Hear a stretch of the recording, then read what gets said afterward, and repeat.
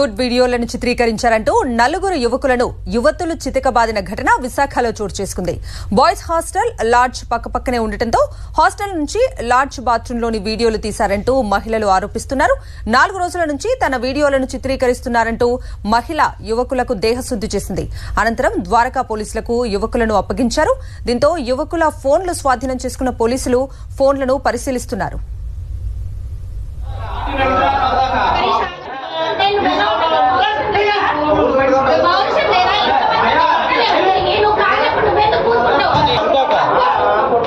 से वार्ड पे